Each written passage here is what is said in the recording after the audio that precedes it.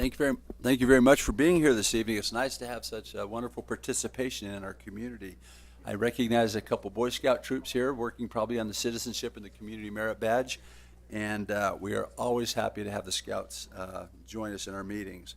Once again, we welcome you to the City Council meeting. If you wish to speak, please complete one of the blue cards that are located on the table outside the doors there, or on these two ends here of the podium. You can sign up there. Please write down the item that you want to speak on there. Please give the card to the city clerk. When we call upon you to speak, we request that you limit your comments no more than 3 minutes. The first portion of the public comment will be on issues on the agenda only, on the first portion here. Madam Clerk, are we in compliance with the open meeting law? We are in compliance. Thank you. We're very blessed tonight to have Father Creer of the St. Joseph Catholic Church come offer an invocation. And following him, we'll have the Pledge of Allegiance by Ethan Nikula of Troop 223. Would you please rise?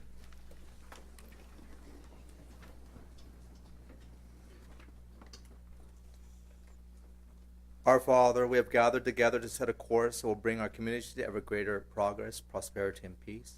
We ask that you guide our minds to find the best answers to our requests and needs, and at the same time, please strengthen our wills to accomplish the responsibilities we hold that should bring our projects to completion. As we enter a season of joy and charity, may we be granted a spirit of giving, shown in respect and a helping hand. Fill our hearts and minds with the inspiration and vision needed to sustain our community on a path that promotes the building of harmonious relations, and will provide all a life that is filled with goodness to the edification of those who choose to live here. Therefore, grant us wisdom, grant us knowledge, grant us understanding, grant us counsel, and grant us the strength to use these gifts so that, as citizens, we may experience tranquility and earthly blessings. Amen.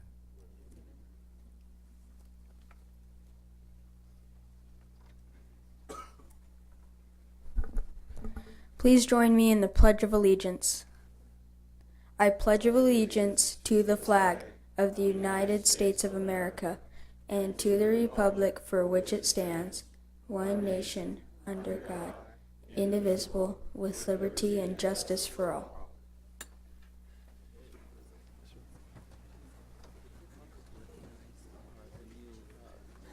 I've got him here. I'm going to do that. I'll let you do it if you want. No, you can. Thank you very much. Once again, we appreciate you, Ethan and Father. We're very, very excited to have you here. We will tell you, Craig Ranch Golf Course is building an amphitheater. It will be done in June. If you have any pull and you'd like to get the Pope here to be the first thing that happens there, we'd make that available for you. Okay, we're very proud of that park. I think it's scheduled for Philadelphia first. Oh, okay. We'll let him go to Philadelphia. Thank you very much.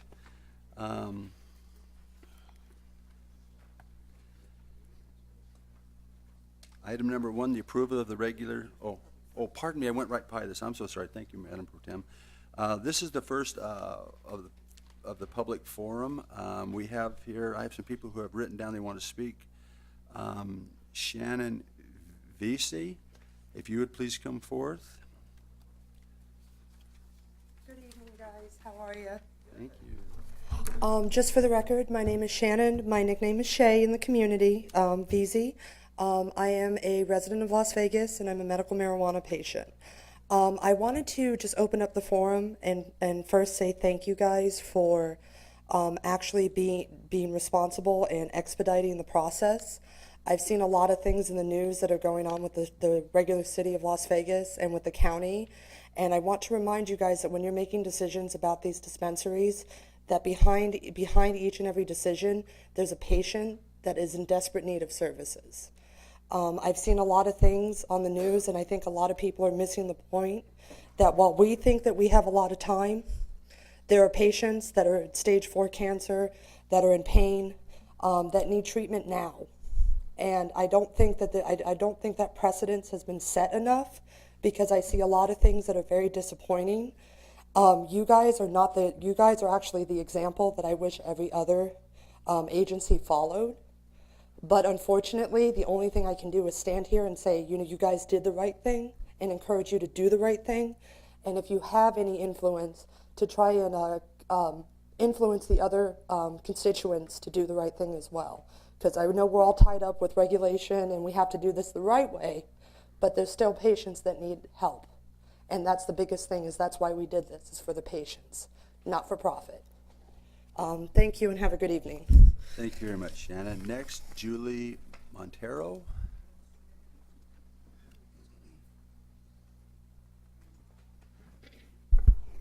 Julie Montero, for the record. I'm a resident of North Las Vegas, and I'm so proud to be part of it.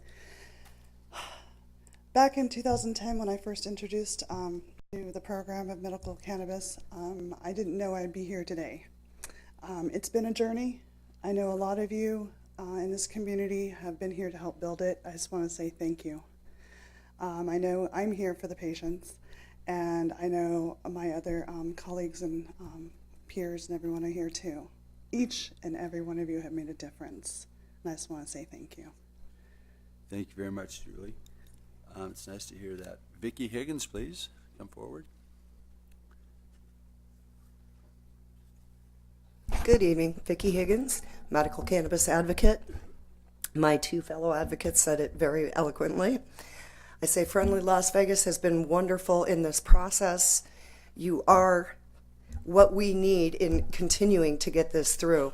When I spoke at county earlier, I was unaware of this lawsuit and the stoppage of some of the potential establishments in the cities and counties around us.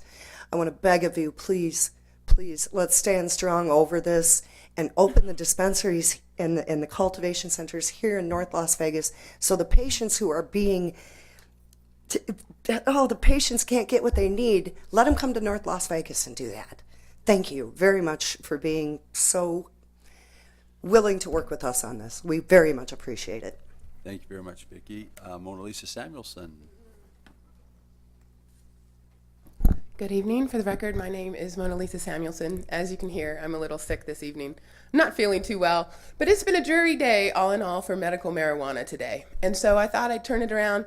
I brought some cupcakes and I put a few dozen away for council and staff when the meeting is over. So please, we want to turn this around. I'm actually here to say thank you too. As things go down in the city and the county, I'm very proud because you guys did it right. You didn't just want to take care of business, you wanted to understand what you were doing. And now, once again, as everything becomes more scary for these people on how to proceed, you guys have already proceeded in such a way that now you have your community behind you. You've already done it right. We know, well, we're hoping still, of course, in the end, that we have Nuvita. You helped us win someone who can help medical patients.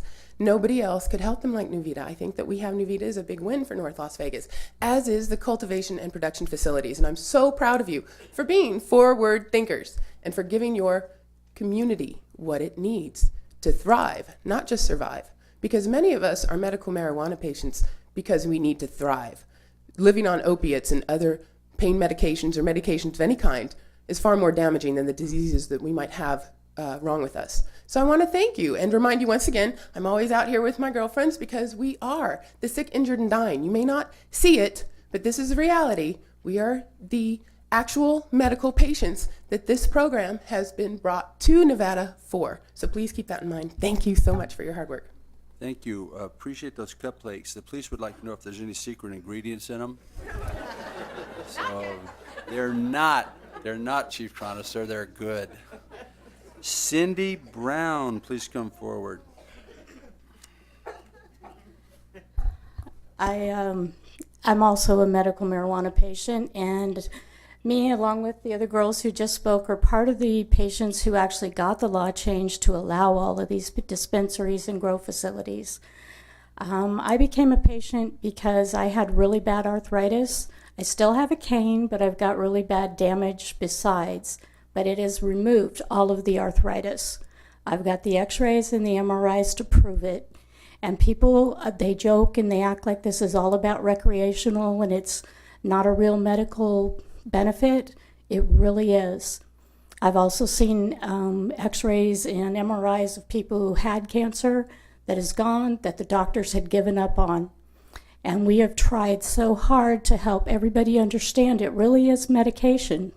And you guys have done a really good job to help get that started in Nevada. And we thank you for all your work.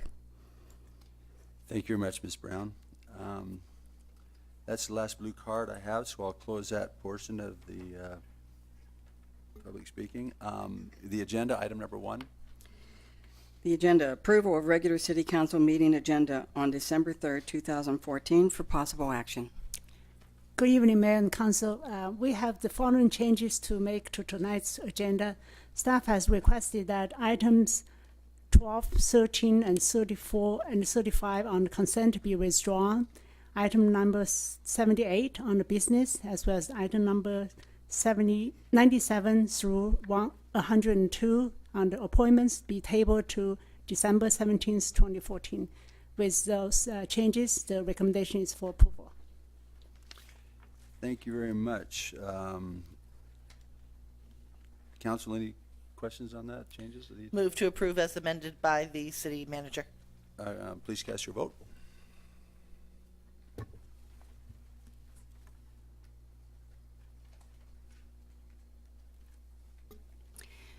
Next item is item number 2, set future public hearing dates. Set the date on any appeals filed or required public hearings from the City Planning Commission meetings.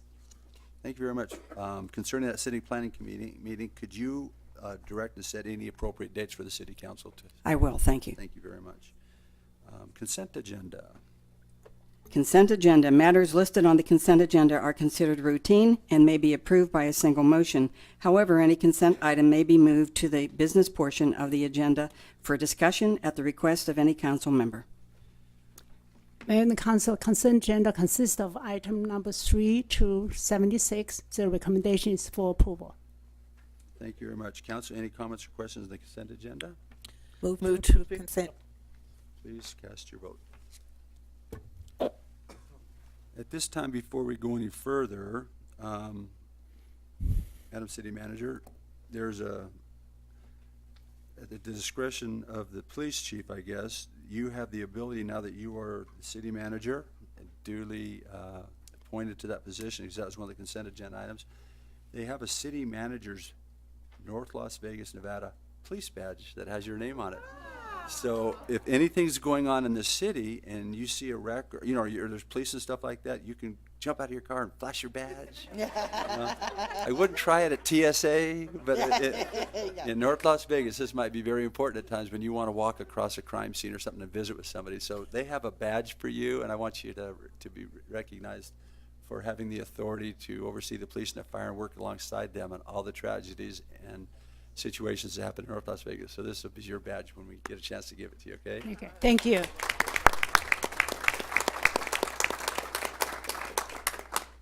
Also, we have in the audience, we're very fortunate to have, we have a newly elected school board trustee for District D, which also includes our high school, Rancho High School, Mr. Kevin Childs. I saw you here somewhere. Here's our new school board trustee.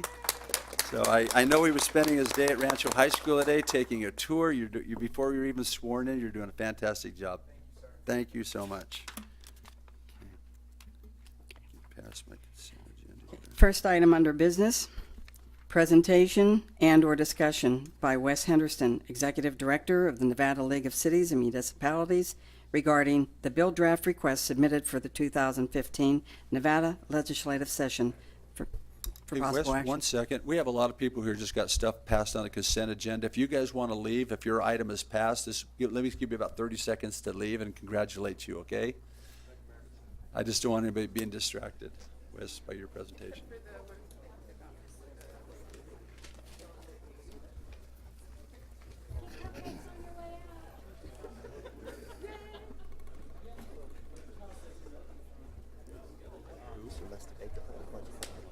Yeah. Anyway, in fact, the old realist.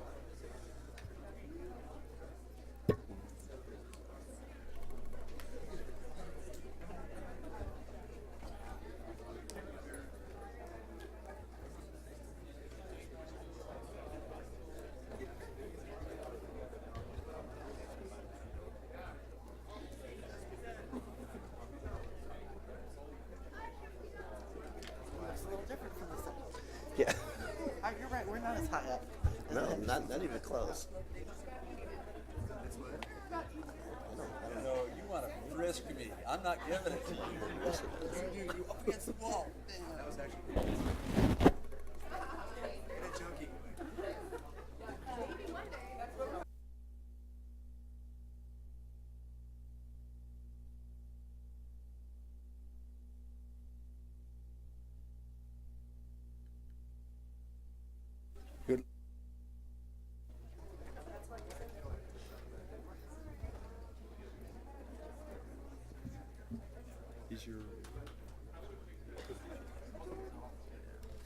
Hello, we're going to call this meeting back to order. We have Mr. Wes Henderson here to give us a presentation. He's the Executive Director of the Nevada League of Cities, and he's going to provide some information to us tonight concerning what to expect or what they're working on the next legislative session. And with him is our own Mayor Pro Tem, who is the Chair-elect of the Nevada League of Cities, and she's down there in her supportive role of you. So thank you so much for being here, and I appreciate you. Thank you, Mr. Mayor and members of the council. It's my pleasure to be here. For the record, my name is Wes Henderson with the Nevada League of Cities and Municipalities, and I am honored to be joined at the podium by your Mayor Pro Tem and our President-elect, Anita Wood, who will take over the presidency on the first Monday in January. And if I could, Mr. Mayor, I'd like to turn it over to our President-elect to say a few words. Thank you very much. I had the honor of appearing before the City Council of Henderson last night and appearing in their chambers for the first time. And boy, it's good to be home. Not that I don't love our brethren in Henderson, but I do, just as I thank them for their support of the Nevada League of Cities, I want to do the same thing for each and every one of you. You guys have been absolutely wonderful in supporting my efforts to keep North Las Vegas active in the league. And it goes back for many, many years, back to William Robinson, a former Mayor Pro Tem who served as a former president of the league, to Stephanie Smith, who also served as former president of the league. North Las Vegas has always been a key player, and I want to make sure that we keep up that wonderful tradition. We have a very new legislature for 2015. And we have a lot of issues coming up that are very, very important. And I want to make sure, as I know the mayor does, and as Wes wants to make sure that the league plays a role, we all want to be at that table helping to shape the future of our state and the city and our other cities throughout the state who face very similar problems. It doesn't matter that we may be different sizes, that some are rural, some are more urban, but many of the issues that we face are very, very much the same. We have new issues such as the medical marijuana, and I know that I certainly want us to play a very big role in making sure that our state takes the action necessary to make sure that the edible products are advertised and are marketed in a way and packaged and labeled in a way that it is very clear that they are not for children, and that this is a medicine intended for patients, and whether those patients be adult or children, that this is a medicine, and we want to play a big role. The league has done that in the past for spice and for bath salts, and so we want to keep up that concern that we have to protect our residents. We're also looking at just some key issues going on in home rule that we think we can make a difference in. So it's going to be an exciting session, and I think all of us can be up there, hopefully as much as possible. We have, I know, coming up a Board of Directors meeting that should be here at the North Las Vegas City Hall on January 22nd, and that will be followed on the 23rd in Henderson for the Local Government Summit. And I hope that that all of you can attend as well. So thank you very much. Mr. Henderson. Thank you, Mr. Mayor. So before I get to the BDRs, I'd like briefly to just talk about some of the activities of the league over the last years. I think we've had a very exciting year, and I'd just like to highlight a few of those. First of all, I want to thank the City of North Las Vegas for your sponsorship and participation in the league. You know, we're your league. We're here for you, so please reach out to me anytime that the league can be of service to North Las Vegas. I also want to thank you for co-hosting our annual conference, which was held in North Las Vegas. I think it was very successful. We had visits by Senator Heller and Representative Titus, which I thought was very nice of them. Over the last year, we have made some changes to our membership structure and our officers. Before, we had two types of memberships. We had a membership category for cities and a membership categories for towns and GIDs. That has gone away. Now, if you are a member of the league. We've also changed the officer structure, I think, to make it more concise. We're now it's a 4-year commitment rather than a 5-year commitment. And we also added to the executive committee 3 at-large members. One of those would be from a large city, one would be from a smaller city or large town, and the third would be from a smaller town or GID. In this way, we have representatives from all of our types of members on the executive committee at all times. And I think that will help make us a more balanced and robust association. We're hopeful to be signing a master services agreement with CenturyLink before the end of the year. This would allow other local governments in the state to sign on to our agreement and hopefully save some cost on their telecommunication services. We're also entering into an agreement with the U.S. Communities Program, which is a nationwide purchasing program for government agencies. Again, we hope this will result in some savings, some cost savings to our members for purchasing through this program. And at the same time, the league will derive a little bit of revenue from this, so we won't be as dues dependent as we currently are. We're working to expand the league umbrella. We stood up the Council of Mayors and Chairs this year. They're asking us to formalize that a little bit, and I've written some draft bylaws and sent them out. Mayor Lee, you should have gotten them. We're hoping to bring them under a little more under the league umbrella, and also some of the other affiliate groups, such as the city attorneys, the finance officers, and the clerks.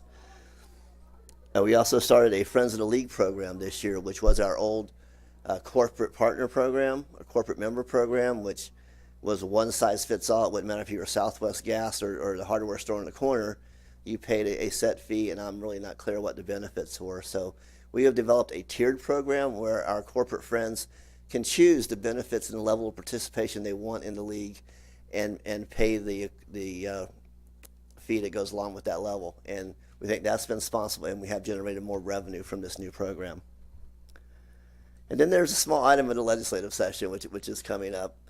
And I think appropriately enough, it starts on February 2nd, which is Groundhog Day. And Mayor Lee, you get where I'm going with that, I'm sure.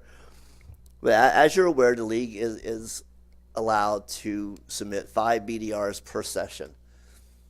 So the process that we go through that, we reach out to all our members for suggestions. They come together. We have a government affairs committee that kind of goes through them and makes recommendations to a legislative committee, which is made up of elected officials, who then recommend them to our board of directors. And I'm happy to say that all five of our BDRs were unanimously approved by our board of directors this year. So the first BDR that we have, we believe is a cleanup BDR. It's just to clarify that enhancements and improvements to existing parks and park facilities are an allowable use for the residential construction tax. The second BDR that we have is to eliminate some duplication of. Would you repeat that first one again? Is to clarify that enhancements to existing parks and park facilities are an allowable use of revenue generated by the residential construction tax. Okay. In other words, you don't have to just use that revenue to build new parks. You can enhance existing ones within that district from where the revenue is generated. Okay, our second BDR with revised provisions governing state licenses required for certain businesses such as liquor importers, wholesale dealers of wine and liquors, and wholesale dealers of beer. Currently, they have to get a license from the Department of Taxation to operate. Before they can do that, they have to get the business license from the local government where their operation is based. However, if they're based in a city, they still have to go to the county and get the county's approval as well. So what this bill would do would be the city council, once they approved it, then they could go to the Department of Taxation and wouldn't have to take that extra step to go to the counties. The third BDR we have revises the timing of your budget hearings. As you know, you're required by statute to submit your tentative budget to taxation by April 15th of every year. Okay, but then there is a specific date in statute where you have to hold a budget hearing. And most times that is not on a regularly scheduled council meeting date, so you have to have a special meeting to hold a budget hearing. As you know, special meetings not only incur cost, but also sometimes can catch your citizens who are used to when your normal meetings are, can catch them off guard too. So this bill would simply put the words "or before" to the date that's currently in statute, giving you the flexibility to have this budget hearing at a regularly scheduled meeting, or if you still want to have it on a specific date, you can. But it gives you that flexibility. The fourth BDR that we have would establish a state coordinating agency for the National Main Streets program. This is a program that brings many benefits to local governments and to cities. It is historic preservation, it's beautification, it's tourism and economic development. It touches all of those things. They have a very stringent program, but you could follow that program today. And in fact, the town of Gardnerville does follow that program. But you cannot be recognized as a Main Street program unless you have a state coordinating agency. And that precludes you from going after certain grants that you can use for these purposes. So we're asking the state government to establish a coordinating agency and, more importantly, fund it to allow our cities that want to, and the counties as well that want to participate in the Main Street program. Then our last VDR that we submitted would clarify provisions governing the fees that may be charged for complying with public records requests. Bill was passed last session, and there is a current provision that allows a local government to recoup costs for the extraordinary use of personnel or technological resources. However, that phrase is not defined. So it can be inconsistent from city to city, county to county. So this bill is seeking to define what that means, what extraordinary use of personnel or technological resources are, and to allow local governments to recoup the cost incurred for requests that are complicated and take a long time to provide the requested documents or files. It's in no way intended to limit the public's accessibility to public records. So that is our 5 BDRs that we have. I think it's going to be a very interesting session. As Mayor Pro Tem Wood said, I actually had lunch today with Assemblyman Hambrick, who, as of last night, is the speaker designee. And he is very excited about the session, and I think local governments will have a chance to move some issues that we've been working on for years and years and haven't been able to move. Before I conclude, Mr. Mayor, I would like to just talk briefly about the National League of Cities annual conference that just concluded in Austin, Texas. You guys know how important I feel it is that Nevada participates in National League of Cities events. That is our chance to make sure our voice is part of the conversation that sets national municipal policies. We had 18 people from Nevada that participated in this year's conference, which is up considerably from what it was in the past. And we actually had 2 Nevada companies that were exhibitors at the event, which I thought was fascinating, but we just need to get them to exhibit at our conference as well. And then a few upcoming events I'd like to touch on briefly. As Mayor Pro Tem Wood said, we're going to have a board of directors meeting on January 22nd, which is where she's actually going to be sworn into office, and so we figured it'd be appropriate to have it here in North Las Vegas. And then the following day, we are working with our friends at NACO to have a local government summit, which the city of Henderson is going to host, and we certainly hope that you can all attend that. As I said, the legislative session begins February 2nd, and the legislators, they see me every day. Here's that cities guy. They know that I represent the cities, and they listen to me, yes, and we have conversations and relationships. But when a local elected official comes up and sits in that chair and testifies, it carries so much more weight than what I can say. So if there's bills that you're passionate about or bills that we need your help on, to carry the message, we certainly would appreciate your participation in the session as well. The National League of Cities Congressional Cities Conference in Washington is in March. It's 7th through the 11th. Every year we go back, we meet with all the members of our congressional delegation, and every year Senator Reeds tells us to go back and tell our members how important it is for local elected officials to go to Washington and visit with them.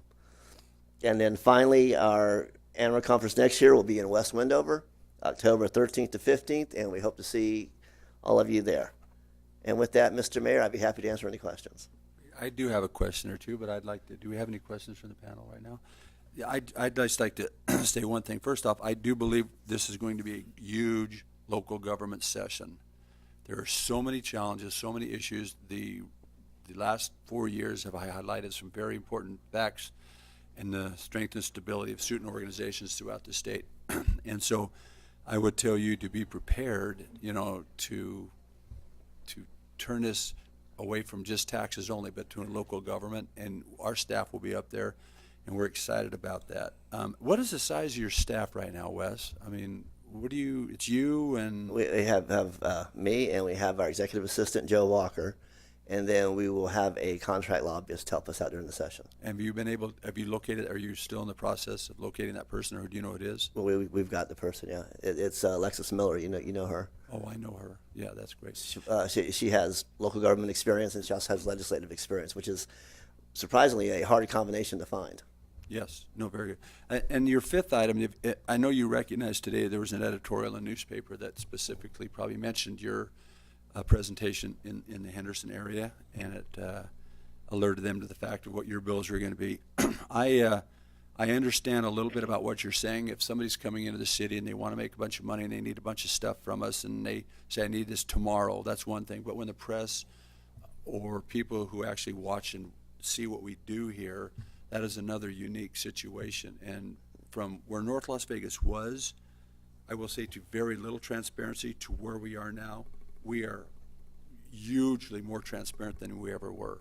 We're looking forward to continuing to keep that transparency, to lead by example, and to lead with open books, so that we can move forward and move the city of North Las Vegas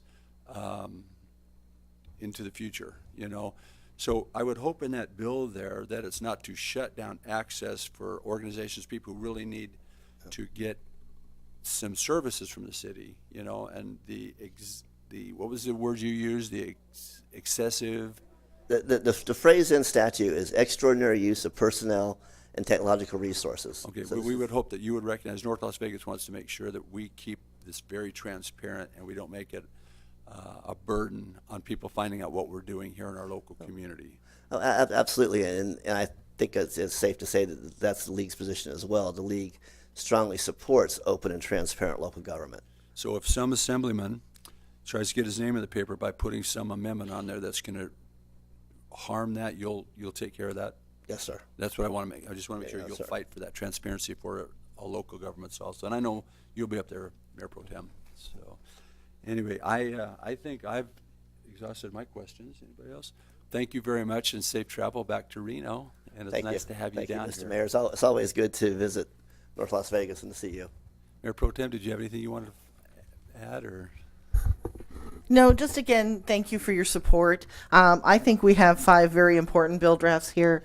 I think Councilman Barone, that particular item number 4 with the main streets, I think Ward 1 will be a shining example of what can come from that program. And so I'm hoping I can convince you to give us some support on that. Maybe join us as we go talk about some historic areas that would benefit from that program, and maybe you can join us up in Carson City when we talk about that. And I think just making sure that we're part of that conversation and working all together. And I just am honored and proud to be a member of this council, and equally honored and proud to be able to be the face for the next year for the Nevada League of Cities. Thank you very much. Good luck, Wes.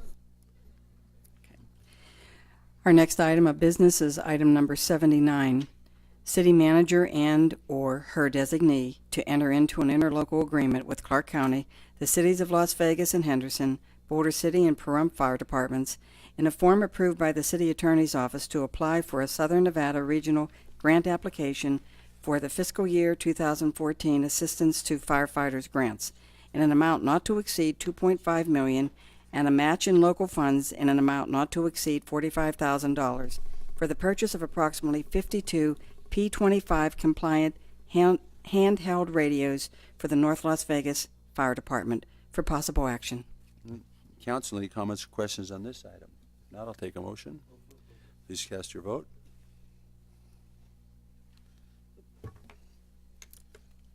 Thank you, Chief. I hope that helps you get in compliance with the rest of the organizations within our community. I know we've been derelict in that area. Good luck.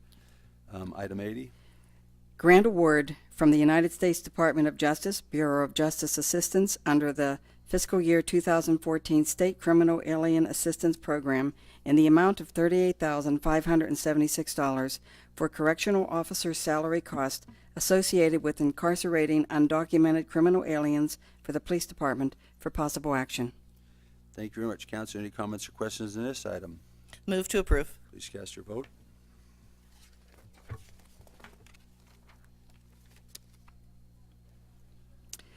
Item number 81, construction change order number 1 with Aggregate Industries SWR, Inc.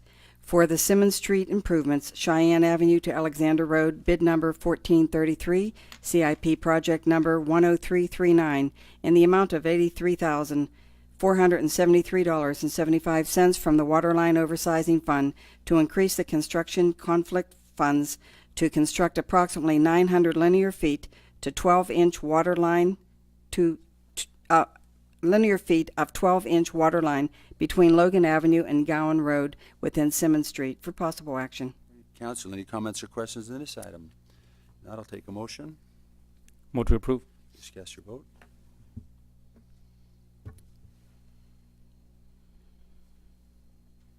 Bid number 1443, and a one-year heavy equipment rental agreement with Blaine Equipment Company in an amount not to exceed $100,000 annually, $90,000 from the Clark County Regional Flood Control District Annual Maintenance Work Program Fund 294, and $10,000 from the Public Works Infrastructure Maintenance Division Heavy Equipment Fund 268 and Streets Fund 293, with an option to renew for 2 additional one-year periods for possible action. Thank you. I'd like to ask Jennifer, Deputy Director Jennifer Duty to come up just for a second, if she's still here.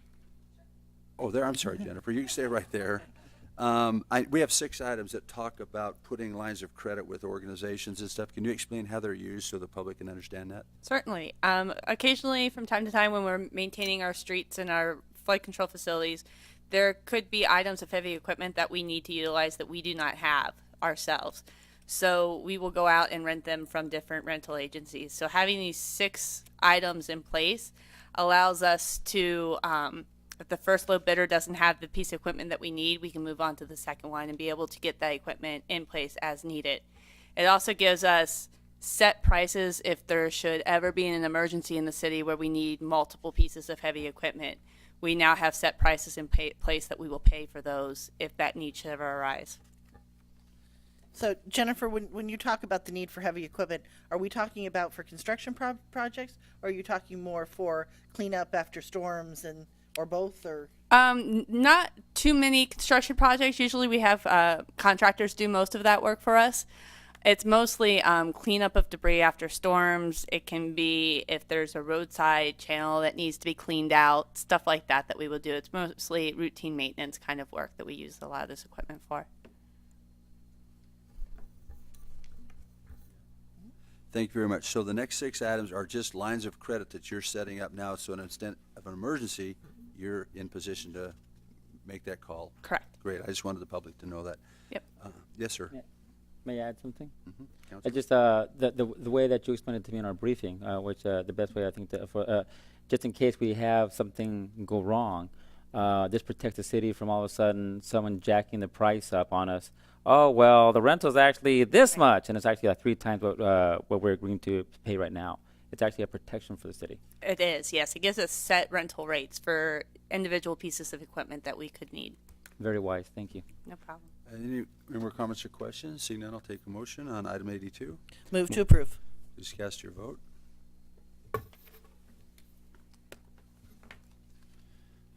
Item passes. Item number 83, bid number 1443, and a one-year heavy equipment rental agreement with Cashman Equipment Company in an amount not to exceed $180,000 annually, $162,000 from the Clark County Regional Flood Control District Annual Maintenance Work Program Fund 294, and $18,000 from the Public Works Infrastructure Maintenance Division Heavy Equipment Fund 268 and Streets Fund 293, with an option to renew for 2 additional one-year periods for possible action. Thank you. Council, any comments or questions? If not, I'll take a motion. Move to approve. Please cast your vote.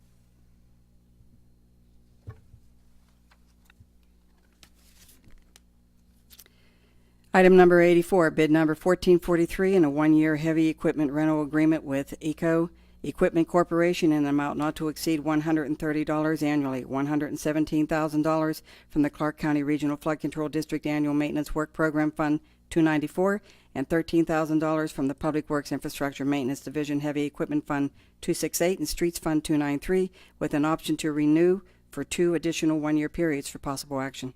Council, any comments or questions on this item? If not, I'll take a motion. Move to approve. Please cast your vote.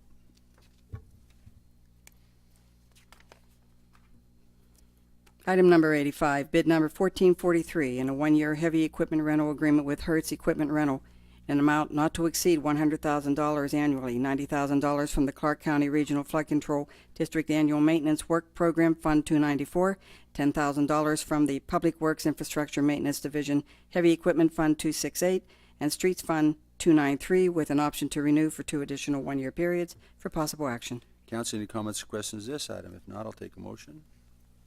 Move to approve. Please cast your vote.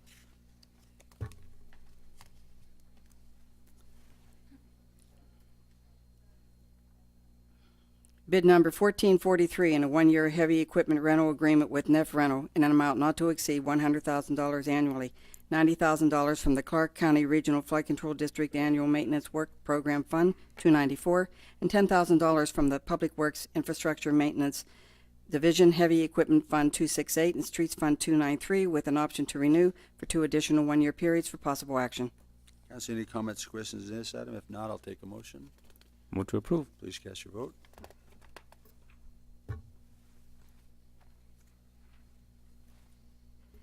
Item number 87, bid number 1443, in a one-year heavy equipment rental agreement with United Rentals of North America Corporation, an amount not to exceed $100,000 annually, $90,000 from the Clark County Regional Flood Control District Annual Maintenance Work Program Fund 294, and $10,000 from the Public Works Infrastructure Maintenance Division Heavy Equipment Fund 268 and Streets Fund 293, with an option to renew for 2 additional one-year periods for possible action. Council, any comments or questions on this item? If not, I'll take a motion. Move to approve. Please cast your vote.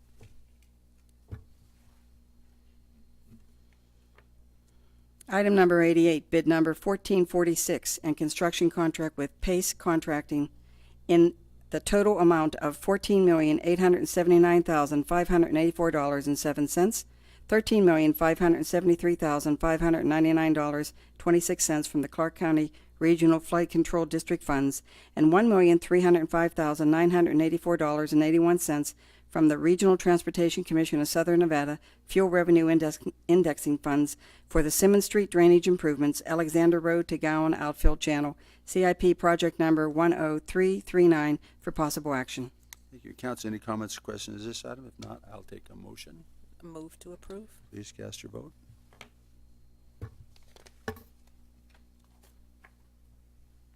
Item number 89, first supplemental interlocal contract with the Clark County Regional Flood Control District for the Centennial Collector, CIP project number 10374, which decreases funding of the original contract from $3,595,200 to $2,933,250 for possible action. Council, any comments or questions on this item? If not, I'll take a motion.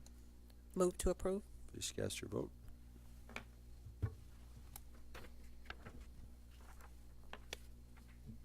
Item number 90, first supplemental interlocal contract with the Clark County Regional Flood Control District for the Las Vegas Wash and Channel, Cheyenne to Gowan project, CIP project number 10376, which increases the funding of the original contract from $211,420 to $317,990 for possible action. Council, any comments or questions on this item? If not, I'll take a motion. Move to approve. Please cast your vote.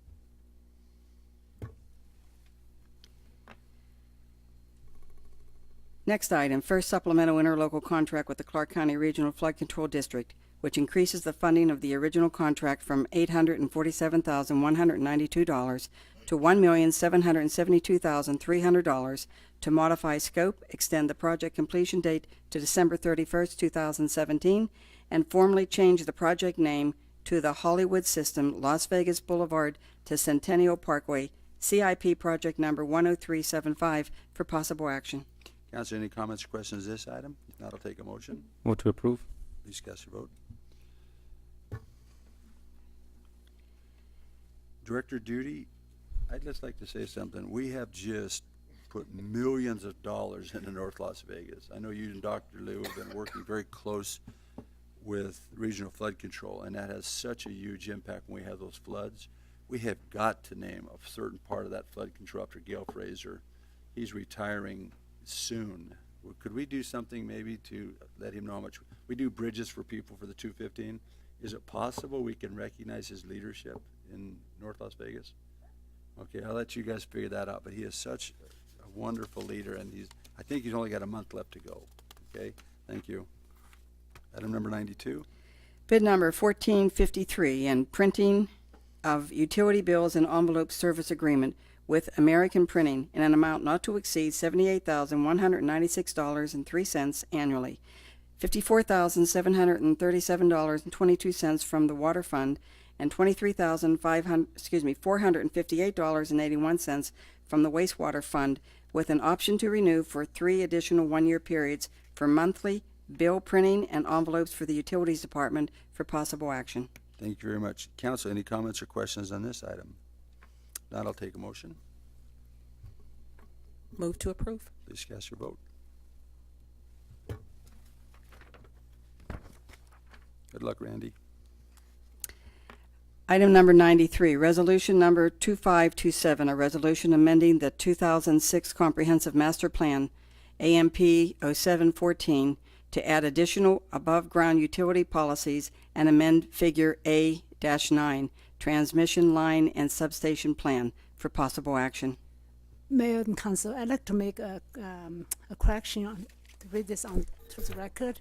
The resolution to be amended to correct the date from December 17th to December 3rd, 2014. So this is just a date Date, fix. yeah, We because need it's approved tonight. Yeah, I see that. Thank you very much. Council, any comments or questions on this item?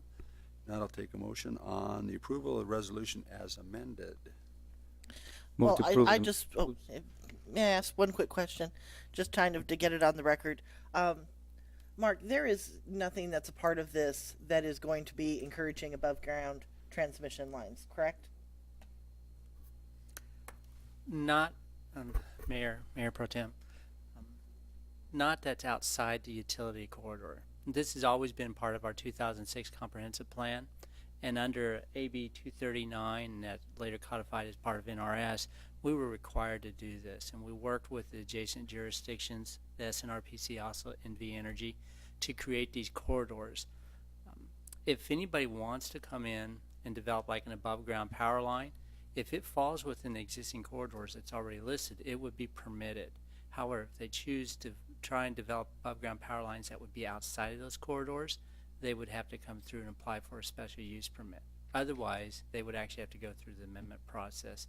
So I can't say it wouldn't encourage it, because unfortunately you do have those transmission line corridors that you just really can't get rid of.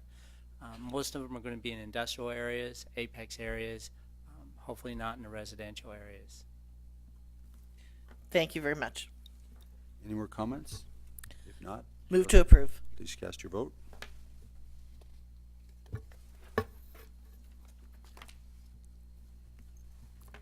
Ordinances introduction only. There is no public comment for these items, and no action will be taken by the council at this meeting. If you wish to speak on any of these items, please attend the meeting where the final action will be determined and submit a blue card to the clerk.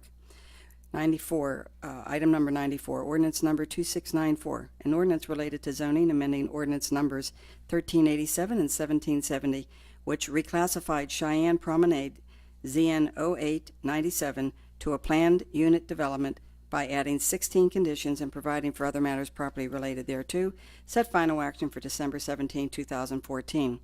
Ordinance number 2696, an ordinance related to zoning, amending Section 010 of Chapter 16 of Title 17 of the City of North Las Vegas Municipal Code by reclassifying approximately 11.18 plus minus acres therein from a PUD planned unit development district to an R3 multi-family residential district ZN 1314 Serenity Circle Apartments for property located south of Lake Mead Boulevard, approximately 650 feet west of Simmons Street, and providing for other matters properly related thereto. Set final action for December 17th, 2014. Thank you.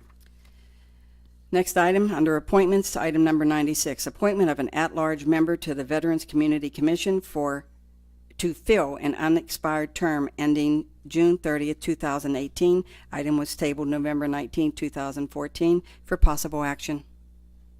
Yes, that's my appointment here. I tabled it because I hadn't conferred with the the state government on this and the governor's office who are working with us on this Veterans Community Commission. As we pattern this here, they're going to do it throughout the state.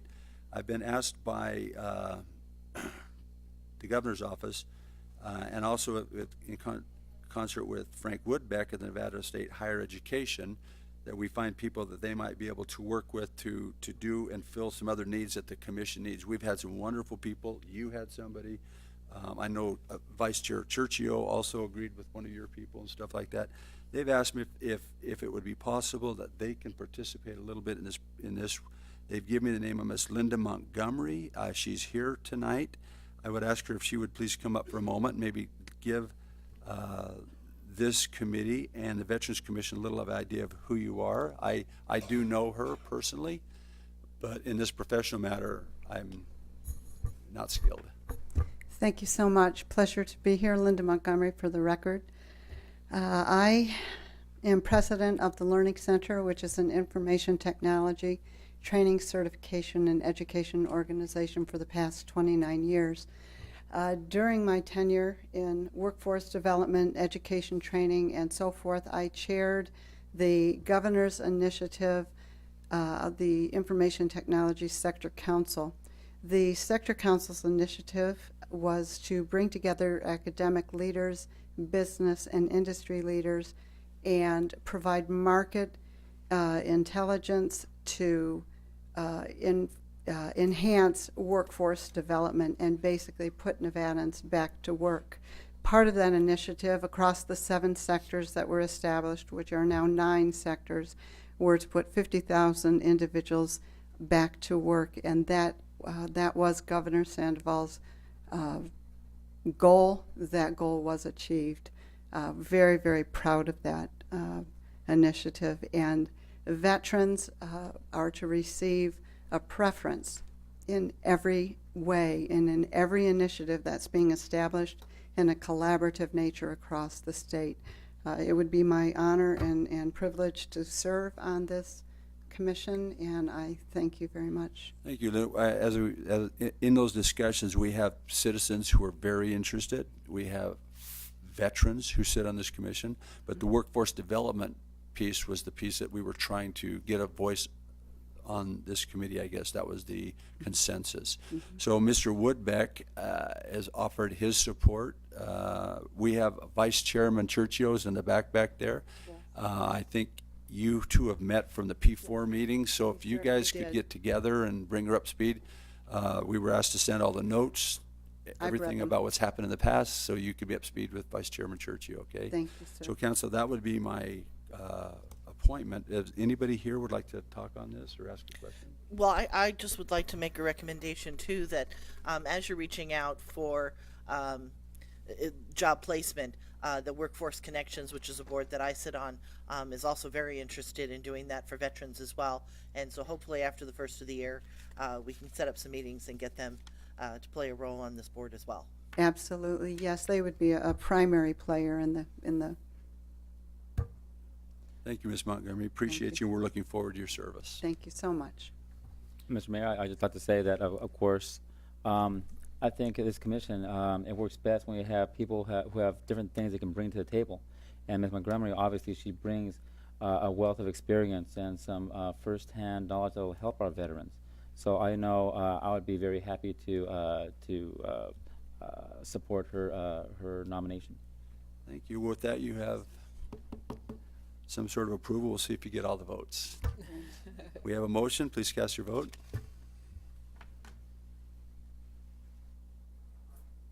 Items approved. Thank you very much.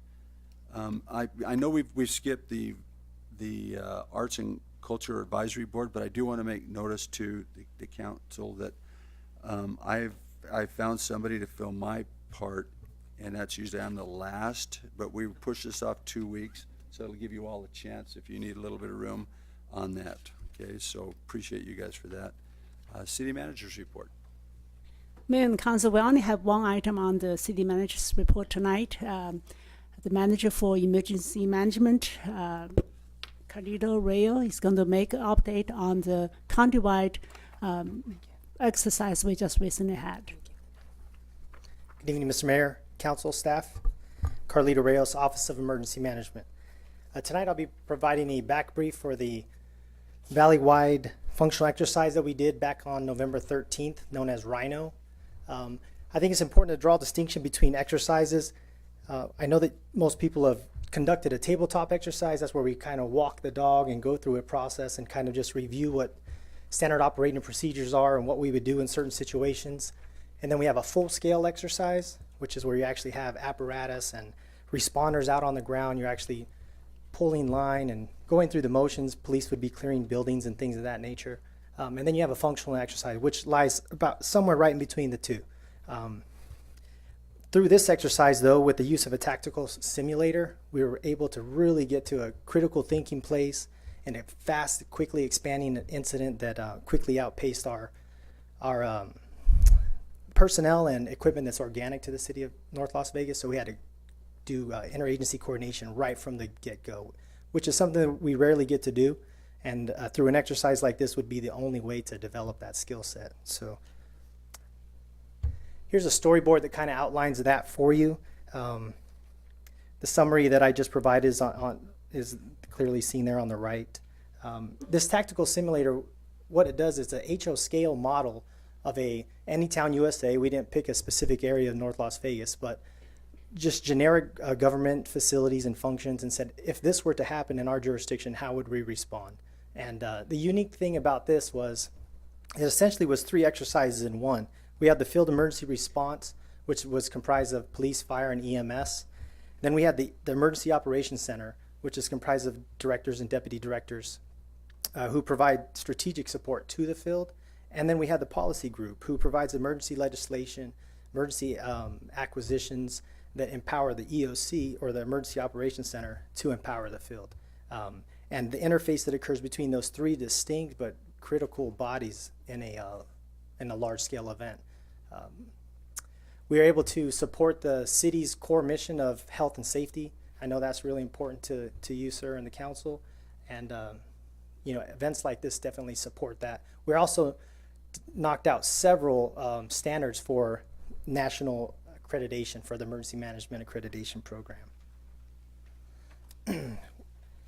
FEMA, and a lot of times jurisdictions will pick 1 or 2, maybe 3 objectives to look at. We were ambitious, and a lot of times in exercise design, organizations will set up a scenario where success is guaranteed, and I can tell you today that we did not do that.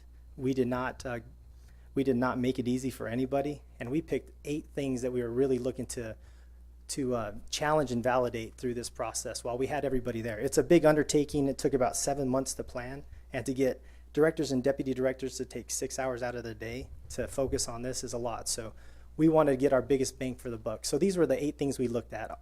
Our ability to stabilize an incident, which is second only to life safety. That's really what public safety is all about, stabilizing a major incident. We also looked at conducting triage and mass casualty incident, EMS coordination for a mass casualty incident, which you don't get to do regularly. Unless there was a large incident, responders don't really get to go through that thought process. And that was critical, and we had our private medical partners there as well. We also looked at our ability for incident commanders to request additional assets to conduct USAR, or urban search and rescue. How does that operation start? How do we buy the lumber to do cribbing and shoring? How do we get engineers to do rapid damage assessments so we can get crews in there to save lives in the most effective way? And that's interesting because that involves everything from the firefighter on the ground all the way through the city manager and the finance section chief to make that operation work. We also looked at how do we organize that in the incident command system, and you guys are all great scholars of the incident command system now, and I appreciate that. We looked at our ability to stand up our emergency operations center, which is critical. That is where all the coordination and collaboration occurs. And we looked at our city department directors and their ability to provide their services and fulfill their role in a emergency setting.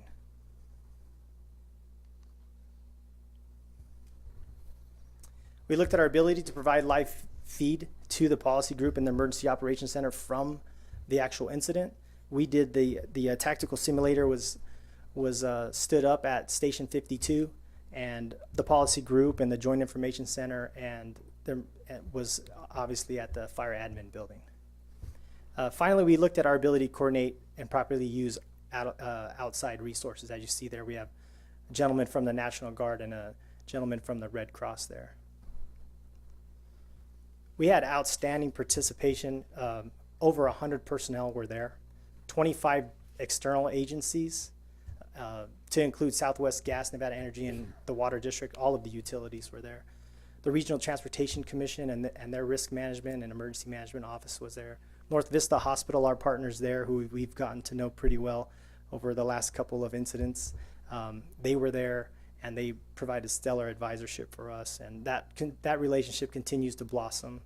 The National Guard was there, as I previously mentioned. Metropolitan Police Department was there, working hand in hand with our police department. They had some stellar support that they lent. Clark County Fire, Las Vegas Fire, and Henderson Fire, they came with all of their suppression personnel, as well as the specialties of hazmat, hazardous materials response, and technical rescue, and bomb squad, which are all capabilities that we do not currently have organically to our jurisdiction. Clark County Office of Emergency Management, as well as the Nevada Division of Emergency Management, were also present. Red Cross, as previously stated, and the coroner's office, which was a first for the Valley and kind of a first for the nation, really, to include the coroner's office in unified command. So to have the fire department, police department, and the coroner inside of unified command working through a mass casualty catastrophic event was a pretty unique thing. So what do we gain out of this? We gain a new tool set that we wouldn't get otherwise. We don't get to respond to mass casualty incidents regularly, thank goodness. So we can only develop these. We know that we're gonna fight like how we train, so we need to train like we fight, and we can't really replicate this in the real world. We can't blow up a building and send all of these resources to train for 6 hours. So this was the closest thing that we could get to, and I believe that we spent the most of our time in that critical thinking place that would best serve our citizens and make us a resilient city. So we also made new friendships, renewed old friendships, and maintained those relationships that are both strategic and smart and make us a resilient and prepared city. There's an immeasurable increase to our preparedness and resiliency, I believe, with all of the directors and deputy directors. We've identified improvements to processes and identified training needs and already have a corrective action plan in place for that. At the end of this, we get a 50-plus page after action review, which is a quantifiable document that measurable recommendations for improvements and things that we do right, how to continue to do them. So I'm excited to get working on that. This is really kind of this was the end to the beginning. Now we have our report card, and we're gonna just make ourselves even more prepared, sir. So pending any of your questions, that concludes my brief. Thank you. Council, any questions on this presentation? No questions, but definitely want to give kudos to you and for getting this set up. It was truly a remarkable tool.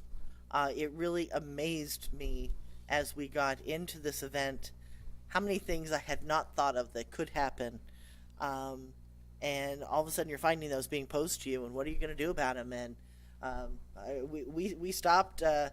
Bethany was there, and she became the typist and the attorney all at the same time, and she was knocking out documents that needed to be created.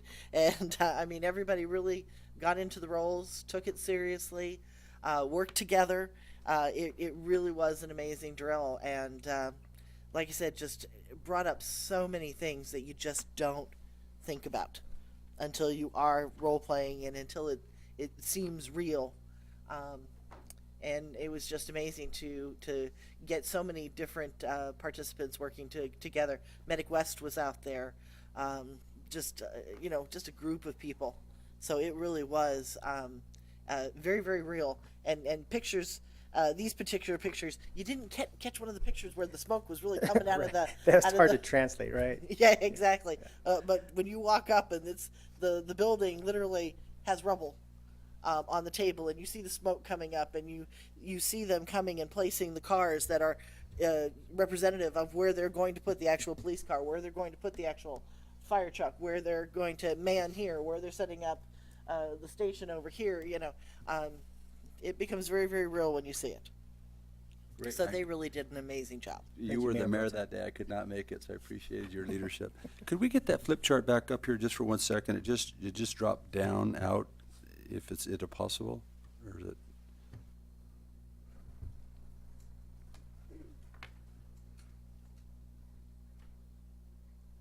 I want to go to item number 6, that page 3, if it's possible.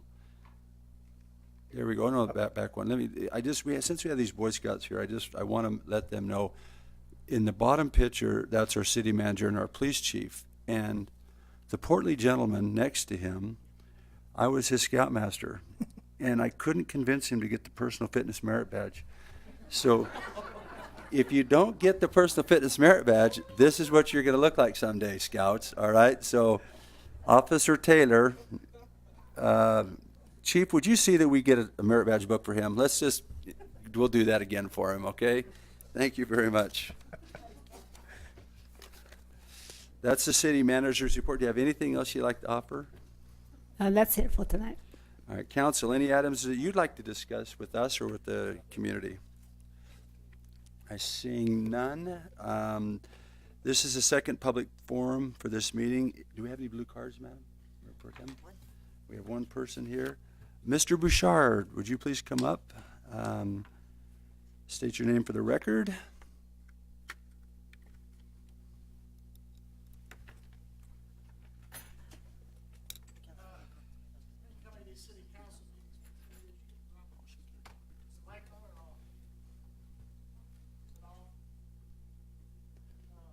I was supposed to, okay, my fault. I've been coming to these city council meetings for 10 years. You can drop the mister. I feel like we're friends now. And I'm saying this in a friendly way. I just had a really friendly conversation with our fire chief. What a great personality this guy's got. And I really mean that. He was nice to talk to. I felt comfortable talking with him. And I feel comfortable talking to you people because I think we have something in common. We want North Las Vegas to be a better place. Anyway, as you know, I'm working on a book, and I keep doing this research, and all these interesting stories come up. Did you know that North Las Vegas had the first female mayor in the state? Did not know that. And she got amazing things done. She was a Ziegfeld Follies girl. At the age of 15, she was in Broadway shows dressed in scantily clad costumes. Then she moved to L.A., was in a few movies. Then she moved back east, then moved to North Las Vegas and became mayor. But I don't want to use up my whole 3 minutes on this stuff. We're still having financial problems. And as I do this research, I come across things that bother me. Catherine Purnell, our former head librarian, the last year she worked here, she ended up taking home $427,000. That seems like a lot of money to run 2 small libraries. But the biggest problem I keep running into is John Escogira's name keeps popping up all the time. 2 times in a row, he went to Carson City, was away for 3 months, and this is all documented by the state of Nevada. And both times, he collected a full salary as an assistant fire chief while he was up getting a second paycheck from the state, on the state legislature. It seems like we need to look into things like this. And for all I know is he may feel guilty about this and would like to give the money back. Has anybody thought to call him? Because if you guys don't want to, I'll call him up. Well, usually we just let you speak, but I'm sure someone will find his phone number for you. But I will tell you that those days are gone. The new chief right now doesn't have anybody that's elected or in that, but you're right, that was a big issue. And it's because the fire chief we had, then Gillespie said he didn't have a problem with it. Yeah. I think most taxpayers would have had a problem with it. And also, today in my research, I found out while Gillespie, and I know it's not right to talk about dead people, but I understand that he was doing a secondary job as some kind of a national fire chief, and the last year he was in service, he was out of town most of the time, but still collecting a full paycheck. And let me tell you something. Over the last 30 years, income in this country for the average worker has been flat. That means people are making this, if they're lucky, they're making what they made 30 years ago, but they're paying for things at an inflated rate. So you can understand why taxpayers see things like this and they tend to think ill of government. And we don't want people to think ill of our government. We want people to look up to our government. We want these Boy Scouts to be proud that they're part of the government, or will someday be part of the government. So I'm not trying to be a bad guy here. I'm just want to point out a few things that we need to be aware of so we can do something about, abuses. Well, you're keeping us on our toes. We Thank you. continue to find cost savings things in the new era, Well, I've got some good ideas. When we have that lunch you promised me, we're going to talk about some of these things. So we're going to do that before Christmas or after Christmas? After Christmas. That'd be fine. Well, I just like to do it before Christmas because I'll have more ideas come New Year. It all depends on how much money you have. I got money. So, okay. You better hit me while I still have money, though. Call my secretary. Thank you. Yeah, thank you. Anybody else that would like to comment to the council? Seeing none, we will close this portion of public hearing and adjourn this meeting. Thank you. Hey, if the Boy Scouts, if you guys would go out over here, I'll have our police chief and our fire chief go over and shake your hands, and I'd like to come out and shake your hand too, okay?